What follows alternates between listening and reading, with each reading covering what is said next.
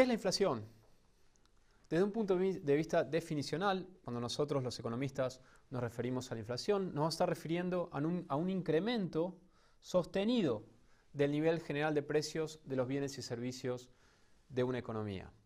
Fíjense que aquí pasa a ser relevante la noción de cómo vamos a medir el nivel general de precios de esta economía. Ya hemos introducido dos conceptos que nos van a poder nos van a permitir hacer una evaluación de cuál es este nivel general de los precios. Por ejemplo, el IPC es uno de ellos, también habíamos discutido el deflactor del Producto Interno Bruto.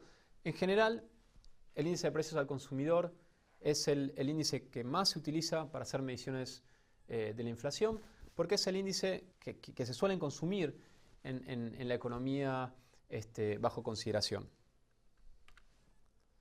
En términos definicionales, la inflación medida a través del índice de precios al consumidor va a estar definido como el índice de precios en el periodo T, en particular, menos lo que ese mismo índice mediaba en el periodo T-1.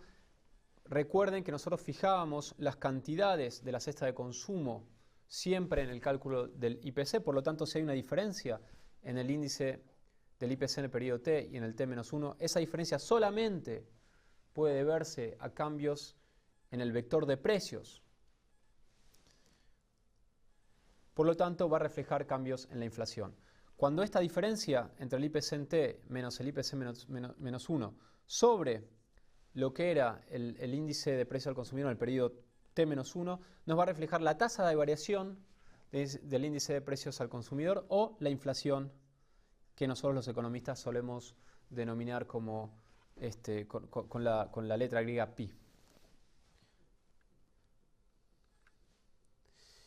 Como decíamos anteriormente, otras medidas que se suelen considerar para calcular la inflación son medidas que se construyen a partir del deflactor del Producto Interno Bruto. Como las cantidades que se consideran en el índice de precio al consumidor son diferentes de las cantidades que se consideran en el deflactor del Producto Interno Bruto, las dos medidas de inflación no tienen por qué ser las mismas. Al contrario, en ciertos momentos pueden diferir sustancialmente. Ello va a ocurrir porque, de nuevo, en el caso del deflactor del Producto Interno Bruto se consideran todos los bienes y servicios que se producen en una economía, mientras que en el caso del índice de precio al consumidor se consideran solamente la canasta de bienes y servicios que son consumidos en esa economía en particular. También otro tipo de índice de precios que suele considerarse para hacer cálculos de la inflación es el índice de precios al por mayor, o IPM, o el índice de precios al productor, el IPP. Depende cuál es el tipo de análisis que uno está interesado en realizar. Uno puede considerar diferentes indicadores y compararlos, tratar de ver si hay diferencias relevantes entre la evolución de la inflación entre un indicador y el otro, y tratar de concluir cuáles pueden ser los motivos que pueden dar lugar a esas diferencias entre los diferentes índices. ¿Para qué nos sirve tener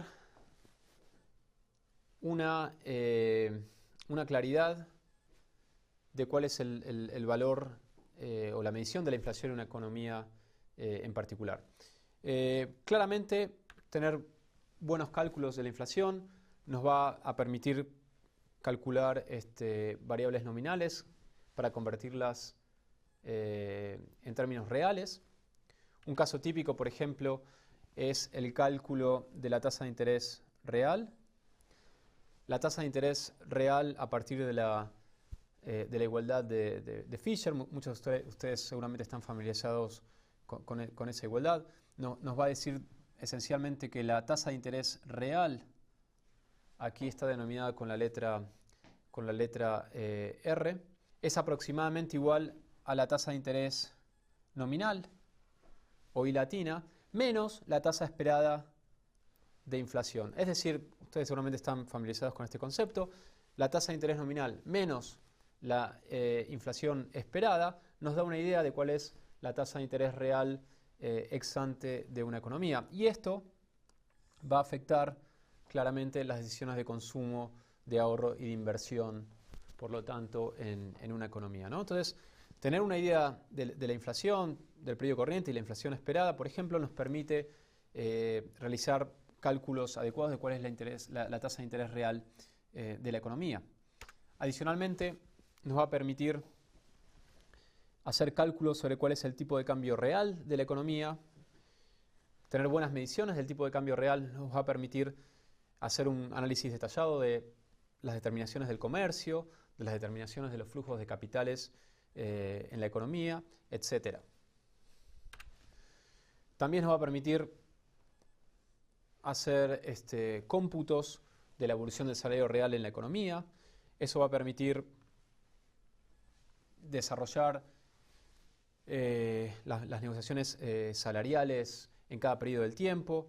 Eso va a afectar las mediciones del ingreso real de las familias, pensando en algunas aplicaciones prácticas inmediatas, etc. También la inflación, en algún sentido, es una variable que representa cierto grado de incertidumbre en la economía.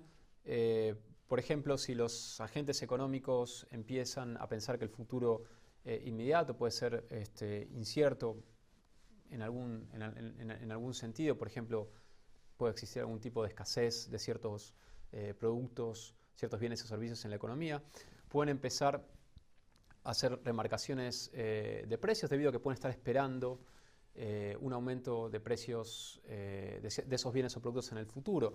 En algún sentido, esa incertidumbre puede estar reflejada en un aumento, esa incertidumbre en el futuro puede estar reflejada en un aumento de la inflación en el periodo corriente o la inflación esperada.